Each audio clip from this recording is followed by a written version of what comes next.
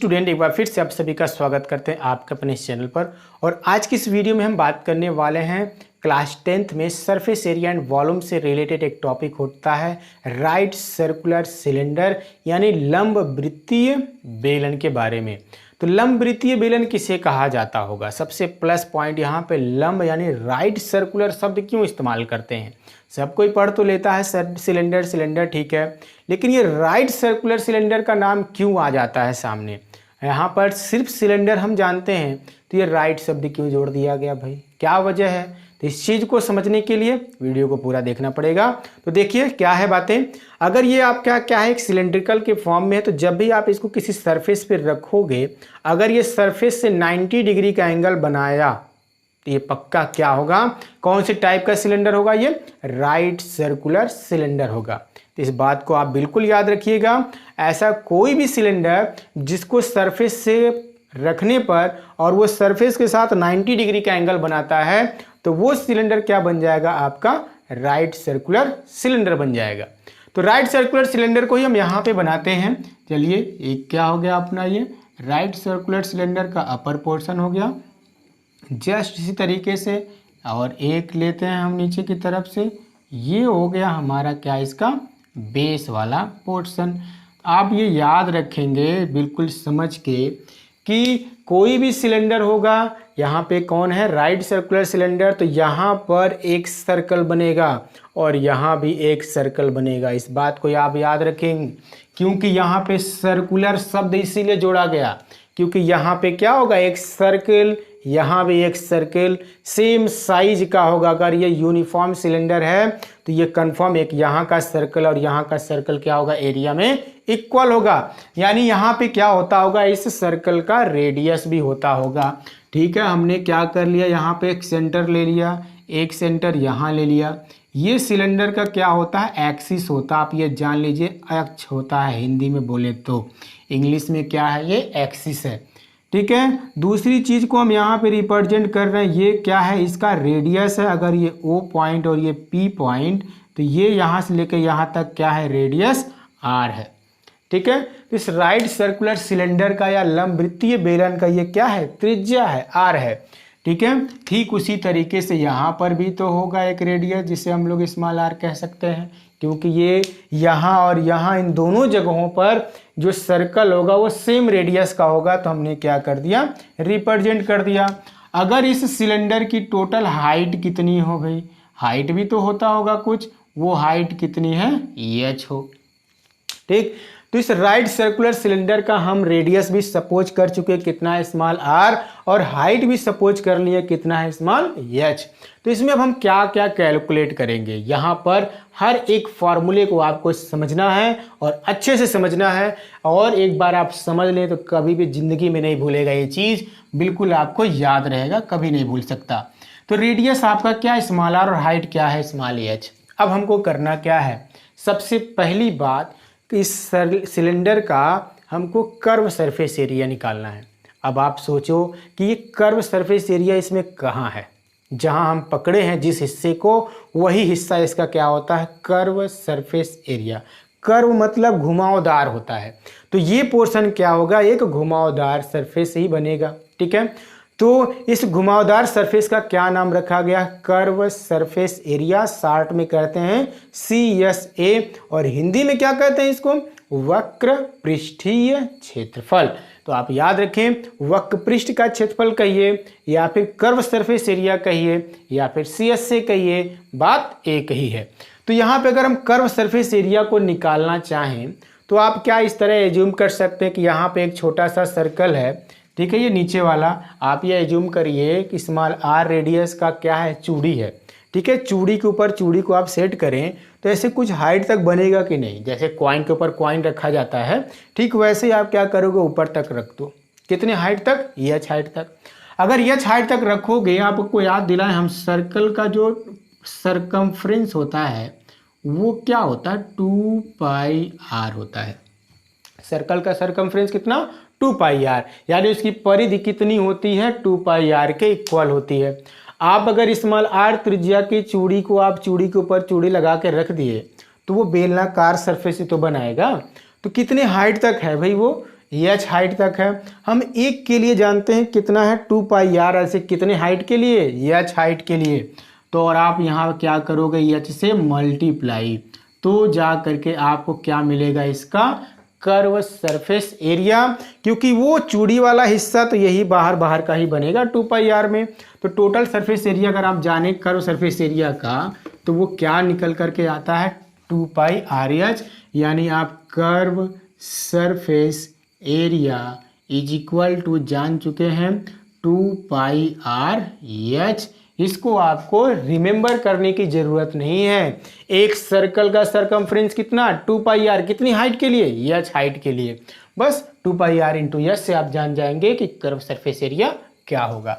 इसके बाद हम बात कर लें यहाँ पे टोटल सरफेस एरिया का। टोटल सरफेस एरिया यानी TSA या फिर संपूर्ण पृष्ठीय क्षेत्रफल क्या होगा। तो क्या होगा, हमने वक्र पृष्ठ में निकाला क्या, केवल इसको जिसको हम पकड़ के रखें यहाँ पर, ठीक है, इसका वक्र पृष्ठ। अभी ये ऊपर का और नीचे का ये दो एरिया क्या हो गया, छूट गया। ये दोनों कौन है, सर्कल है। इन दोनों सर्कल के एरिया को अगर आप कह लो, एक सर्कल का एरिया क्या होता है वैसे, पाई आर स्क्वायर हो जाएगा। ठीक, एक और है ऐसे ही यहाँ पे भी ये भी पाई आर स्क्वायर हो गया, पाई आर स्क्वायर। और प्लस एक चीज और है अपने पास, वो कौन, कर्व सरफेस एरिया, उसको भी आपको ऐड करना पड़ेगा 2 पाई आर एच। ये हमारा बनेगा टोटल सरफेस एरिया, TS से बनेगा। देखिएगा पाई आर स्क्वायर ऐड हो गया, ये दोनों जुड़ गया तो 2 पाई आर स्क्वायर बन जाएगा और ये 2 पाई आर एच बन जाता है। यहाँ से 2 पाई आर आप कॉमन कर लो, ठीक है, कॉमन हमने कर लिया। ये क्या हो जाएगा, देखो पहले एच हम लिखेंगे एच प्लस आर, ताकि इस तरीके से इसको रिमेंबर करना इजी होता है, याद रखना इजी होता है। 2 पाई आर दोनों में यहाँ आर, ठीक है, और यहाँ का एच हम थोड़ा प्लस में है, लेफ्ट राइट चेंज करके लिख सकते हैं। तो टोटल सरफेस एरिया हमको कितना मिल गया, TSA इज इक्वल टू, आप यहाँ लिखोगे 2 पाई आर और एच प्लस आर। इस तरीके से आप ये जान चुके हैं कि टोटल सरफेस एरिया क्या होगा सिलेंडर का, राइट सर्कुलर सिलेंडर का 2 पाई आर एच प्लस आर बन गया आपका क्या चीज, टोटल सरफेस एरिया। अब बात कर लें इसके वॉल्यूम का। वॉल्यूम मतलब आप समझ लो, अगर ये खोखला हो तो इसके अंदर क्या कितना जगह है, ठीक है। वॉल्यूम मतलब होता है धारिता, और धारिता मतलब धारण करने की क्षमता।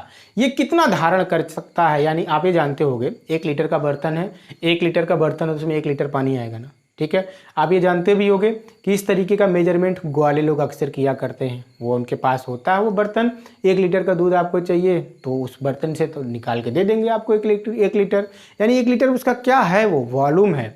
उस बर्तन के अंदर उतनी जगह है कि 1 लीटर लिक्विड को वो भर सकता है। ठीक उसी तरीके से सिलेंडर का भी अपना क्या होगा, कुछ वॉल्यूम होगा, कुछ आयतन होगा। उस वॉल्यूम को निकालने के लिए आपके पास एक ही ऐसा स्टैंडर्ड फार्मूला है जो सब जगह लागू होता है। वो क्या होता है, बेस का एरिया। जो कोई भी बर्तन हो, कोई भी आप जान लो, उस बर्तन का बेस का एरिया आपको पता हो, यही है ना बेस, इसका आधार का एरिया आपको पता चल जाए, और वो कितने हाइट तक है भाई, जितने भी हाइट तक होगा बेस के एरिया के साथ आपको मल्टीप्लाई करना है, ठीक है। तो बेस का एरिया कितना है, पाई आर स्क्वायर है, और कितने हाइट तक है भाई ये बर्तन, एच हाइट तक, तो ये V is equal to pi r square h. यहाँ का क्या होगा फॉर्मूला, किस चीज का, वॉल्यूम का, आयतन का, तो V is equal to pi r square h हो जाता है। इस तरीके से आपके ये 3 फार्मूले बिल्कुल तैयार हो गए, किस चीज़ के लिए, राइट सर्कुलर सिलेंडर के लिए। अब इसी में अगर ये क्या हो जाए, हालो सिलेंडर हो जाए, बात यहाँ ध्यान रखना है, वो क्या हो जाए, हालो सिलेंडर हो जाए, यानी क्या हो जाए, वो खोखला हो जाए। तो इसी चीज़ को अब हम बदलने वाले हैं सब कुछ। यहाँ पे क्या क्या चेंज होगा अभी देखिएगा, बहुत ही बेहतर तरीके से हर एक चीज़ समझ में आएगी, बस आप हमारे साथ बने रहें। क्या करना है, एच हाइट तक अभी भी ये है, हम बाहर से एक और इस तरीके से सर्कल को ड्रा कर देते हैं, ठीक।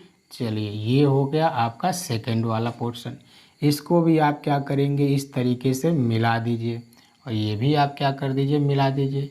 आप ये देख रहे होंगे यहाँ पर 2-2 रेडियस अब बनने को तैयार है। अगर ये आपका क्या हो R1 हो और ये आपका क्या हो R2 हो, ठीक है। इंटरनल रेडियस, आप ये देखे होंगे पाइप जो होता है, पाइप कुछ मोटाई का होता है, वो जो पाइप है वो पाइप किस साइड टाइप का हो जाता है, हालो सिलेंडर होता है। हालो सिलेंडर का कहने का मतलब क्या है, वो खोखला बेलन है। तो उस खोखले बेलन को ही हम यहाँ पे बना दिए, ये इतनी मोटाई का क्या हो गया, एक बेलन हो गया। बिल्कुल आप ये देख सकते हैं। इसको हम इस तरीके से सेट कर देते हैं ताकि आपको पता चले कि ये इतनी मोटाई का है ये बेलन, ठीक है। इसको थोड़ा और अच्छे से बना दिया जाए, ये हो गया इतनी मोटाई का बेलन। ऐसे नीचे भी पोर्शन है लेकिन सबको बना पाना थोड़ा मुश्किल काम। तो ये क्या हो जाएगा, आपका इंटरनल रेडियस R1 हो गया और एक्सटर्नल रेडियस आपका क्या है, R2 है। तो यहाँ R1 लेस देन क्या है, R2। यहाँ ध्यान रखना है कि जो इंटरनल रेडियस है वो एक्सटर्नल रेडियस से क्या है, छोटा है, R1 लेस देन R2 है। अब हम कैलकुलेशन करते हैं। सबसे पहला काम कर्व सरफेस एरिया का। इसमें कर्व सरफेस एरिया क्या होगा, कर्व सरफेस एक बाहर बाहर का हो जाएगा, देख रहा होगा आपको। बेलनाकार पाइप है तो पाइप के अंदर भी एक सिलेंडर दिख रहा होगा और एक बाहर से भी सिलेंडर दिख रहा होगा। तो दो दो जगहों पे कर्व सरफेस एरिया, एक अंदर अंदर से कर्व सरफेस एरिया और एक बाहर बाहर से कर्व सरफेस एरिया है। तो इस हिसाब से अगर कैलकुलेशन करना चाहें हम तो कर्व सरफेस एरिया का दो दो फार्मूला बनने वाला है। यानी दो सिलेंडर हैं तो दोनों सिलेंडर के लिए क्या करना पड़ेगा, कर्व सरफेस एरिया निकाल करके उनको हमको ऐड करना है। तो चलिए इनको हम क्या करते हैं, ऐड करते हैं।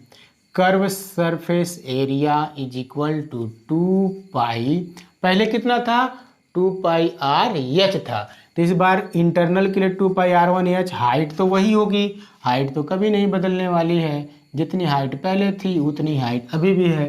2 पाई R1 एच प्लस 2 पाई R2 एच हो जाएगा।